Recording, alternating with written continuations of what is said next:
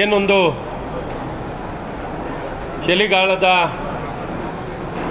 ಈ ಒಂದು ಸದನದಲ್ಲಿ ಕಾಂಗ್ರೆಸ್ ಅವರು ಏನೊಂದು ತಮ್ಮ ಆಡಳಿತದ ಸಂಪೂರ್ಣ ವೈಫಲ್ಯತೆಯನ್ನು ಇವತ್ತೇನು ನಾವು ಭಾಳ ಪರಿಣಾಮಕಾರಿಯಾಗಿ ಬಯಲಿಗೆಳೆಯುವಂಥ ಕೆಲಸಗಳನ್ನು ಮಾಡಿದ್ದೀವಿ. ಪ್ರಮುಖವಾಗಿ ಬಾಣಂತಿಯರ ಸಾವನ್ನು ಸಮರ್ಥಿಸ್ಕೊಳ್ಳುವಂಥ ಬಾಣಂತಿಯರ ಸಾವುಗಳನ್ನು ಸಮರ್ಥಿಸ್ಕೊಳ್ಳುವಂಥ ಒಬ್ಬ ಆರೋಗ್ಯ ಸಚಿವರು ಒಂದು ಸರ್ಕಾರ, ಅವರ ಅಸಹಾಯಕತೆ. ನಾನು ಏನು ಮಾಡಲಿ, ಇಂಥ ವಿಷಭರಿತ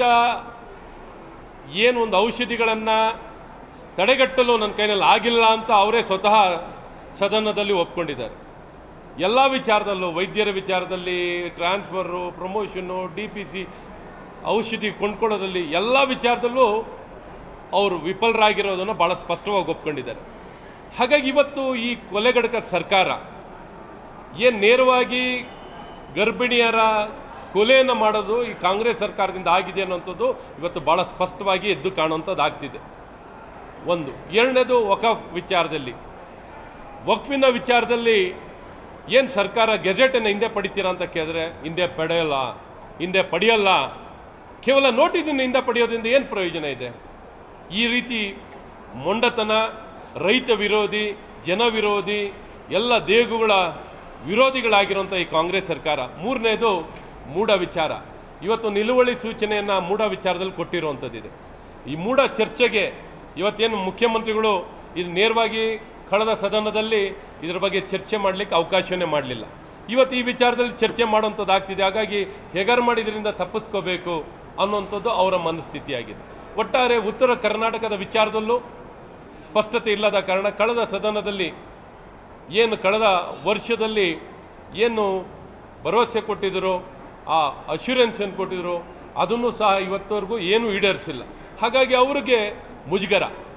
ಈ ಮುಜುಗರವನ್ನು ತಪ್ಪಿಸ್ಕೊಳ್ಳಿಕ್ಕೆ ಇವತ್ತು ವಿನಾಕಾರಣವಾಗಿ ಆಡಳಿತ ಪಕ್ಷ ಯಾವೊಂದು ಶಿಸ್ತಿಲ್ಲದೆ ಸದನದ ಒಳಗೆ ಏಕಾಏಕಿ ಗೊಂದಲ ನಿರ್ಮಾಣ ಮಾಡಿ ಈ ಸದನವನ್ನು ನಡೆಯೋದ ರೀತಿಯಲ್ಲಿ ಯಾವುದಕ್ಕೂ ಉತ್ತರ ಸಿಗಬಾರ್ದು, ಯಾವುದೇ ತಾರ್ಕಿಕ ಅಂತ್ಯ ಕಾಣಬಾರ್ದು ಅನ್ನೋಂಥ ಉದ್ದೇಶದಲ್ಲಿ ಗೊಂದಲ ನಿರ್ಮಾಣ ಮಾಡಿರುವಂಥ ಈ ಭ್ರಷ್ಟ ಕಾಂಗ್ರೆಸ್, ಜನವಿರೋಧಿ ಕೊಲೆಗಡಕ ಸರ್ಕಾರವಾಗಿರುವಂಥದ್ದು ಕಾಂಗ್ರೆಸ್.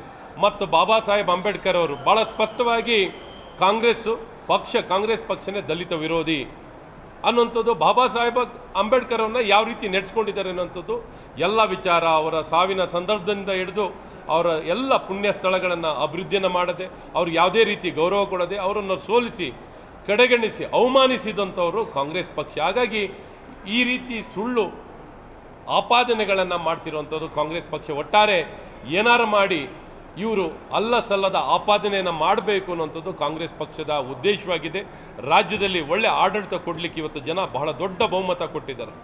ಈ ಬಹುಮತ ಕೊಟ್ಟಿರೋಂಥ ಈ ಆಧಾರವಾಗಿ ಒಳ್ಳೆ ಆಡಳಿತವನ್ನು ಕೊಡಲಿಕ್ಕೆ ಒಳ್ಳೆ ಆಡಳಿತ ಕೊಡಲಿಕ್ಕಾಗಿಲ್ಲ. ಅಭಿವೃದ್ಧಿ ಶೂನ್ಯ ಕೊಟ್ಟಿರುವಂಥದ್ದು ಈ ಕಾಂಗ್ರೆಸ್ ಸರ್ಕಾರ, ಈ ಭ್ರಷ್ಟ ಕಾಂಗ್ರೆಸ್ ಸರ್ಕಾರ ಜನವಿರೋಧಿ ಆಗಿದೆ. ಅದನ್ನು ಇವತ್ತು ಸಂಪೂರ್ಣವಾಗಿ ಬಯಲಿಗೆಳೆಯುವಂಥ ಕೆಲಸವನ್ನು ನಾವು ಮಾಡ್ತಾ ಇದ್ದೀವಿ. ಅದನ್ನು ಹೇಗಾರ ಉತ್ತರ ಕೊಡೋದ್ರಿಂದ ತಪ್ಪಿಸ್ಕೋಬೇಕು ಅನ್ನುವಂಥ ಪ್ರಯತ್ನದಲ್ಲಿ ಆ ಮಂತ್ರಿನೂ, ಆರೋಗ್ಯ ಸಚಿವ ಇವತ್ತು ಕೊಲೆಯನ್ನು ಮಾಡೋದ್ರಲ್ಲಿ ಅವರೇ ಮುಂಚೂಣಿಯಲ್ಲಿರುವಂಥದ್ದು. ಅವ್ರ ಮೇಲೆ ಕ್ರಿಮಿನಲ್ ಕೇಸ್ ಆಗಬೇಕು ಅನ್ನೋಂಥದ್ದು ನಮ್ಮ ಒತ್ತಾಯ, ಅವ್ರನ್ನ ವಜಾ ಮಾಡಬೇಕು ಅನ್ನೋಂಥದ್ದು ನಮ್ಮ ಒತ್ತಾಯ ಆಗಿತ್ತು.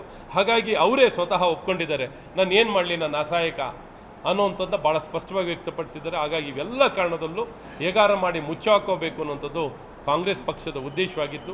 ಇದನ್ನು ಹೇಗಾರ ತಡಿಬೇಕು ಅಂತ ಪ್ರಯತ್ನ ಮಾಡಿದ್ದಾರೆ. ಹಾಗಾಗಿ ಇವತ್ತು ನಮಗೆ ಯಾವುದೇ ರೀತಿಯಾದಂಥ ಚರ್ಚೆ ಮಾಡಲಿಕ್ಕೆ ಅವಕಾಶವನ್ನು ಕೊಡದೆ ಗೊಂದಲ ನಿರ್ಮಾಣ ಮಾಡಿರುವಂಥ ಕಾಂಗ್ರೆಸ್ ಪಕ್ಷವನ್ನು ಸಂಪೂರ್ಣವಾಗಿ ಖಂಡಿಸ್ತೇವೆ.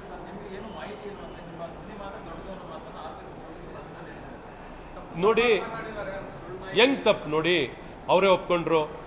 ಟ್ರಾನ್ಸ್ಫರ್ ಮಾಡಲಿಕ್ಕೆ ಕೌನ್ಸಿಲಿಂಗ್ ಮೂಲಕ ಮಾಡಲಿಲ್ಲ ಅಂತ ಒಪ್ಕೊಂಡ್ರು. ಎರಡನೇದು DPC ಮಾಡಿಲ್ಲ ಅಂತ ಒಪ್ಕೊಂಡ್ರು. ಔಷಧಿ ಪ್ರೊಕ್ಯೂರ್ಮೆಂಟ್ ಮಾಡೋದ್ರಲ್ಲಿ ಆಗಿಲ್ಲ ಅಂತ ಒಪ್ಕೊಂಡ್ರು. ಮುಂದಕ್ಕೆ ಮಾಡ್ತೀನಿ ಅಂತ ಹೇಳ್ತಿದ್ದಾರೆ, ಎಲ್ಲ ಮುಂದಕ್ಕೆ ಮಾಡ್ತೀನಿ ಅಂತ ಹೇಳಿದ್ದಾರೆ. 4, ನಾನೇನು ಮಾಡಲಿ, ಅಸಹಾಯಕ. ವಿಷಯವನ್ನು ಆಲ್ರೆಡಿ ನಂಗೆ ಗೊತ್ತಿದ್ರೂ ಉಣಿಸಿದ್ದೀವಿ, ಅವ್ರು ಕೊಟ್ಟಿದ್ದೀವಿ ಅಂತ ಅವರೇ ಒಪ್ಕೊಂಡಿದ್ದಾರೆ. ನಾನೇನು ನಿರ್ವಹಣೆ ಮಾಡೋಕ್ಕೆ ಅಸಹಾಯಕ ಅಂತ ವ್ಯಕ್ತಪಡಿಸಿದ್ದಾರೆ.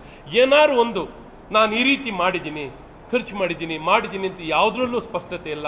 ಈ ರೀತಿ ತೆಳ್ಳಿ ಹಾಕುವಂಥದ್ದು. NSQF ಬಗ್ಗೆ ಅವರೇ ಏನು ಹೇಳಿದ್ರು, NSQF ಅಪ್ರೂವ್ ಆಗಿದ್ರು, ಆದ್ರೂ ಈ ರೀತಿ ಸಪ್ಲೈ ಆಗಿದೆ.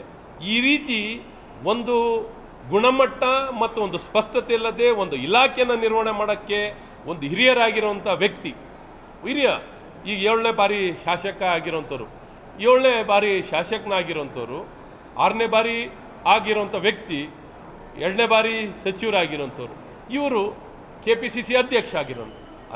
ಅಸಹಾಯಕತೆ, ಏನಾರೋ ಒಂದು ಸ್ಪಷ್ಟತೆ, ನಿರ್ದಿಷ್ಟವಾಗಿ ಮಾತಾಡೋಂಥ ಏನಾರು ಸ್ಪಷ್ಟತೆ ಕಂಡಿದೆಯಾ?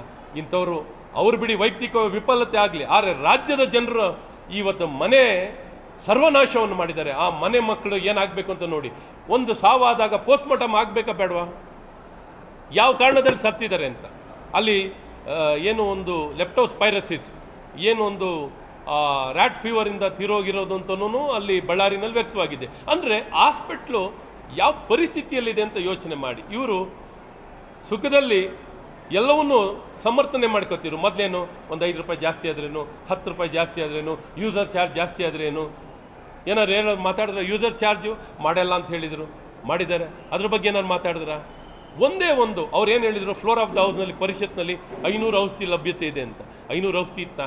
256. ನಾವು ಭಾಳ ಸ್ಪಷ್ಟವಾಗಿ ಹೇಳಿದ್ದೀವಿ, ನಾವು ಯಾವುದು ಮೇಲ್ನೋಟಕ್ಕೆ ತೇಲ್ಸೋಂಥ ಕೆಲಸ ಮಾಡಿಲ್ಲ.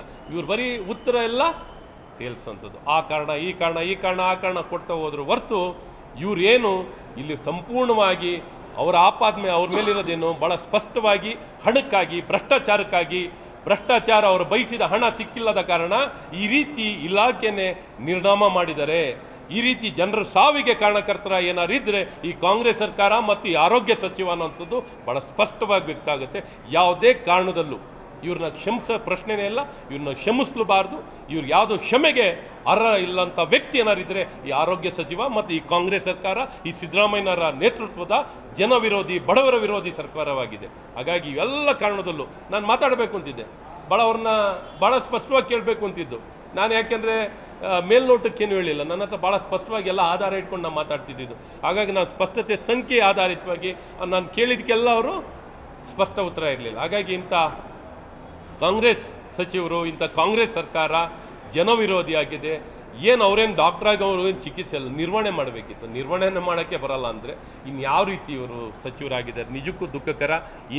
ಇವತ್ತಿನ ಕಾಲದಲ್ಲೂ ಆಸ್ಪತ್ರೆಯಲ್ಲಿ ಸಾವಾಗಿದೆ, ಹೊರಗಲ್ಲ.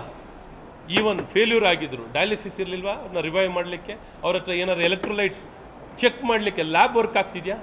ಒಂದೇ ಒಂದು ಲ್ಯಾಬ್, ಎಲೆಕ್ಟ್ರೋಲೈಟ್ ಟೆಸ್ಟ್ ಮಾಡಲಿಕ್ಕೆ ಏನಾರು ಇದೆಯಾ? ಏನು ಮಾಡಲಿಕ್ಕೆ ಏನೂ ಇಲ್ಲ ಅಲ್ಲಿ. ಇದು ನಿಜಕ್ಕೂ ಆಸ್ಪತ್ರೆಗಳನ್ನು ಶವಗಾರವನ್ನಾಗಿ ಮಾಡಿದ್ದಾರೆ, ಶವಗಾರ ಅಂತ ಭಾಳ ಸ್ಪಷ್ಟವಾಗಿ ಹೇಳೋಕ್ಕೆ ಇಷ್ಟಪಡ್ತೀನಿ.